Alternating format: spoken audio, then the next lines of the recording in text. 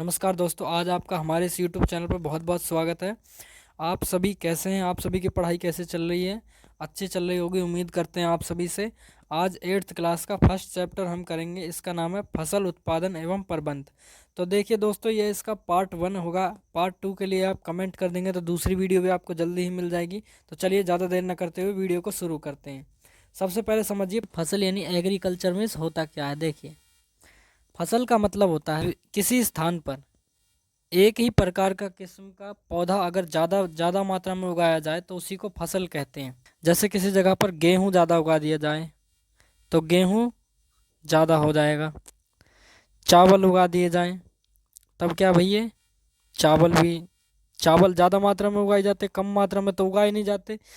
इसी तरह से बहुत सी चीज़ें जैसे कि दाल वगैरह उगा दी गई या फिर सरसों उगा दी गई, तो ये बहुत ही ज़्यादा मात्रा में उगा दी जाती हैं, जिनके चक्कर में कहा जाता है कि यह एक प्रकार की क्या है, फसल। अंग्रेजी में फसल को एग्रीकल्चर कहते हैं, ठीक है। और इसको कृषि भी कहते हैं। तो कृषि, फसल या एग्रीकल्चर, इन तीनों में कोई शब्द आए तो अटकना नहीं है, आगे चलते हैं, ठीक है। विशेष विशेष प्रकार के अलग अलग प्रकार के मौसम होते हैं, जैसे सर्दियाँ, गर्मियाँ हैं, बरसात के मौसम। तो इसी तरह से फसल को दो कैटेगरी में बांटा गया है। सबसे पहली फसल कौन सी है?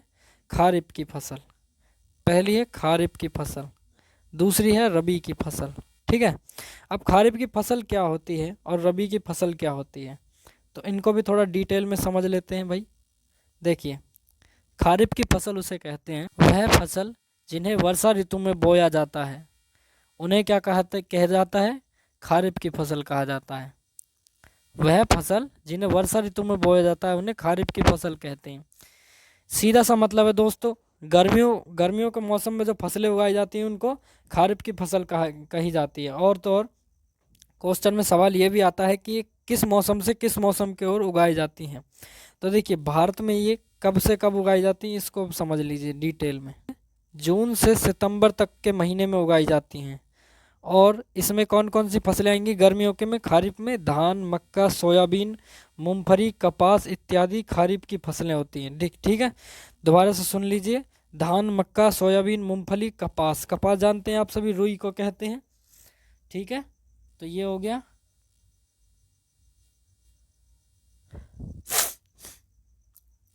अब आते हैं रबी की फसल। रबी की फसल क्या होती है, इसको ध्यान से समझें। रबी की फसल होती है शीत ऋतु में उगाई जाती हैं और यह अक्टूबर से मार्च के महीने में उगाई जाती हैं दोस्तों। तो आप सभी को डाउट क्लियर हो गया होगा, कब उगाई जाती हैं ये? अक्टूबर से मार्च के महीने में उगाई जाने वाली फसल को रबी की फसल कहते हैं। इनमें कौन कौन सी आती हैं? देखो, सर्दियों में उगाई जाती है गेहूँ भी उगाया जाता है। सर्दियों में गेहूँ भी उगाया जाता है, चना भी उगाया जाता है, मटर भी, सरसों भी, और असली रबी, ठीक है। मतलब बहुत सी इस तरीके की फसल होती हैं, ठीक है। गेहूं, चना, मटर, सरसों, ये चार याद रखिएगा, आप सभी के लिए बहुत होंगी, ठीक है। इसके अलावा दाल भी उगाई जाती हैं भैया, इनको ना भूलें। सर्दियों में भैया दाल भी उगाई जाती हैं, देखो दिख रहा है। सब्जियां भी उगाई जाती हैं गर्मियों के महीने में, तो इनको भी भूलना नहीं है, इनको भी याद रखना है, ठीक है। फसल दो टाइप की होती हैं। यहाँ तक हो गया होगा, आगे चलते हैं। देखिए, फसल के बहुत सारे चरण हैं। हर एक तरीके से फसल को उगाया जाता है। अब देखिए, फसल कई तरीके से उगाई जाती है और फसल को उगाने को क्या कहते हैं? कृषि पद्धति, यानी कि एग्रीकल्चर सिस्टम अंग्रेजी में इसको कहते हैं, ठीक है। अब ये एग्रीकल्चर सिस्टम क्या होता है भैया, इसको समझो जरा। अभी मैंने बताया था, जब एक ही किस्म का पौधा जब एक ही किस्म का पौधा एक ही स्थान पर बड़े पैमाने पर उगाया जाए, यानी बहुत ही ज़्यादा मात्रा में उगाया जाए, तो उसको फसल कहा जाता है।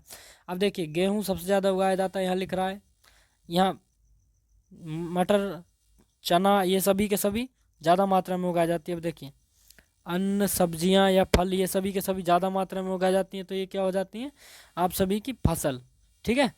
चार नहीं, बहुत से चरणों में होती है। चार सभी चरणों को समझेंगे। देखिए, सबसे पहला है मट्टी तैयार करना, फिर बुआई, फिर खाद एवं उर्वरक, फिर सिंचाई, फिर खरपतवार से सुरक्षा, फिर कटाई और फिर भंडारण। अब सभी को समझ लेते हैं एक एक करके। देखिए दोस्तों, पहले होता है मट्टी तैयार करना। अब जाहिर सी बात है, अगर आप खेत में दोस्तों, उर्वरक और खाद के बारे में थोड़ा और डिटेल से जान लेते हैं। तो जानिए, सबसे पहला उर्वरक और खाद होते क्या हैं।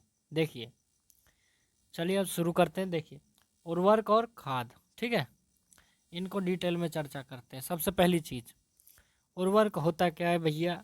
उर्वरक क्या है? मानव निर्मित लवण है।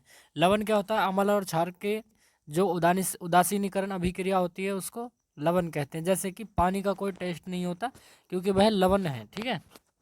नमक का कोई टेस्ट नहीं होता क्योंकि वह लवण है, ठीक है। 7 pH के बीच में अगर कोई चीज़ है तो वो क्या है? एक लवण है, ठीक है। उनका ना अम्ल है ना क्षार का है। अब देखिए खाद क्या होती है? खाद एक प्राकृतिक पदार्थ होता है जो गोबर और पौधे के अवशेषों के विघटन से बनता है, ठीक है। तो ज़्यादा बड़ी बात नहीं है। पेड़ पौधे और गोबर को अगर जलाएंगे, इनको घटित करेंगे, इनको हैं पूरी तरह से, तब क्या बनेगा? हमारा खाद बनेगा। अब भैया खाद जब बन जाएगा, खाद बनने के बाद क्या होता है फिर? दूसरा पॉइंट क्या? उर्वरक एक उत्पादन है जो फैक्ट्रियों से बनता है। फैक्ट्री यानी कंपनियों से बनता है, सीधी सी बात है, कोई ज़्यादा बड़ी बात तो है नहीं। अब क्या आता है? खाद। खाद खेतों से बनाई जाती है भैया, खेतों में बनाई जाए क्योंकि ये प्राकृतिक है। तीसरा देखिए उर्वरक, यह मिट्टी की ह्यूमस प्राप्त करता है। मतलब ह्यूमस होता क्या है ये समझिए। जिस तरह कीड़े मकोड़े होते हैं, जैसे अभी मट्टी में कोई जगह गंदगी मच गई है, गंदगी कुछ दिन के बाद देखना वहाँ पे कीड़े बनने लगेंगे और उस मट्टी को, उस गंदगी को सफाई करेंगे, ठीक है, सफाई कर देते हैं। तो वह क्या होती है? उसमें ह्यूमस की मात्रा को बढ़ा देता है, ठीक है। अब देखिए खाद जो होता है, खाद में मट्टी प्रचुर मात्रा में ह्यूमस प्राप्त नहीं होता है, पर मतलब मिनिमम में होता है, मैक्सिमम में नहीं होता, ठीक है। कम से कम होता है, ज़्यादा नहीं पाया जाता खाद में ह्यूमस, ठीक है। तो ये कोई ज़्यादा बड़ी बात नहीं है। अब देखिए इसी में आप सभी को एक चीज़ बताई गई है, उसको ज़रा डिटेल से समझना, ठीक है। देखिए उर्वरक पादप पदार्थ किस कौन कौन से पदार्थ होते हैं उर्वरक में? देखिए नाइट्रोजन होता है, फास्फोरस होता है, पोटेशियम होता है, प्रचुर मात्रा में पाए जाते हैं, ठीक है। अब इनको थोड़ा और जान लीजिए। देखिए नाइट्रोजन को N से डिनोट करते हैं, शॉर्टकट इसका। फास्फोरस को P से और पोटेशियम को K से, NPK, इस तरीके से याद रख लीजिएगा। तो NPK का मतलब क्या है? नाइट्रोजन, फास्फोरस और पोटेशियम, ठीक है। अगला क्या होता है? खाद्य पदार्थों में पादप पोषक तुल्यात्मक रूप में पाए जाते हैं, मतलब कोई लिमिट नहीं रहती इसमें, कम मात्रा में पाई जाती है। अब देखिए सिंचाई, तीसरा चरण था हमारा उर्वरकों के डालने के बाद में सिंचाई, ठीक है। अब आए आप सभी को, निश्चित अंतराल पर खेत में जल देना ही क्या कहलाता है? आप सभी का सिंचाई। देखिए सिंचाई क्या होता है? खेतों में पानी डालना, ठीक है। अब देखिए सीधी सी बात, अगर आप खेत में फसल उगाएंगे तो उसको मट्टी के लिए पानी डालना पड़ेगा, यह तो आप सभी जानते ही हैं। देखिए अब सिंचाई के बारे में थोड़ा और परिभाषा अगर आप लेना चाहें तो, जीवित रहने के लिए हर व्यक्ति को पानी की ज़रूरत पड़ती है, ठीक है, जल की आवश्यकता पड़ती है। उसी तरह पेड़ पौधों को भी जान बचाने के लिए, अपनी वृद्धि करने के लिए, परिवर्तन करने के लिए उनको अपने शरीर में क्या होता है? पानी की ज़रूरत चाहिए होती है। और हर एक इंसान के, हर मनुष्य के अंदर में 90% 90% क्या होता है? पानी पाया जाता है, और 10% क्या होता है? ब्लड पाया जाता है हर किसी के इंसान में। इसलिए आप कभी भी किसी स्विच में अगर आप उंगली फंसाते हैं तभी आपको करंट मचता है, क्योंकि आपके शरीर में 90% पानी है। आप सभी की कहीं चोट लग जाए तो देखना वहाँ पे हाथ लगा के थोड़ा चिपचिपा लगेगा, यही क्या है? आप सभी का पानी होता है, ठीक है। अब देखिए सिंचाई, सिंचाई जो होती है वो दो तरीके से होती है, बताया था आप सभी को।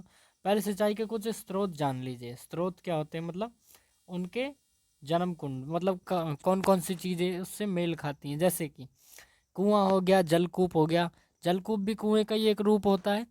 तालाब हो गया, झील हो गए, नदियाँ हो गई हैं, बांध, नहर, ये सभी होते हैं, ठीक है। ये सभी हो गए इसकी। अब देखिए दो तरीके होते हैं किसके? सिंचाई के। सिंचाई के दो तरीके होते हैं। पहला होता है छिड़काव तंत्र। कौन सा? पहला होता है भैया छिड़काव तंत्र। दूसरा होता है ड्रिप तंत्र। दूसरा क्या होता है आप सभी का? ड्रिप तंत्र, ठीक है। तो छिड़काव तंत्र और ड्रिप तंत्र के बारे में आप खुद से पढ़ लीजिएगा, कोई ज़्यादा बड़ी बात नहीं है। अगर कोई दिक्कत हो तो आप हमसे कमेंट कर लीजिएगा, हम आपको इस चीज़ के बारे में ज़रूर बताएंगे। अभी चलते हैं हम अपने दूसरे टॉपिक पे। तो दोस्तों अगली वीडियो आप सभी को जल्दी से जल्दी मिलेगी। ये पार्ट 1 आप इस चैप्टर का ख़त्म हो गया है। धन्यवाद करते हैं, आप सभी ने इस वीडियो को बहुत सपोर्ट किया, हमारे चैनल को भी बहुत सपोर्ट किया। वीडियो को लाइक कर देना प्लीज़। मिलते हैं आपसे नेक्स्ट वीडियो में। धन्यवाद, जय हिंद। कमेंट करके बताएं कि पार्ट 2 आपको चाहिए या नहीं चाहिए।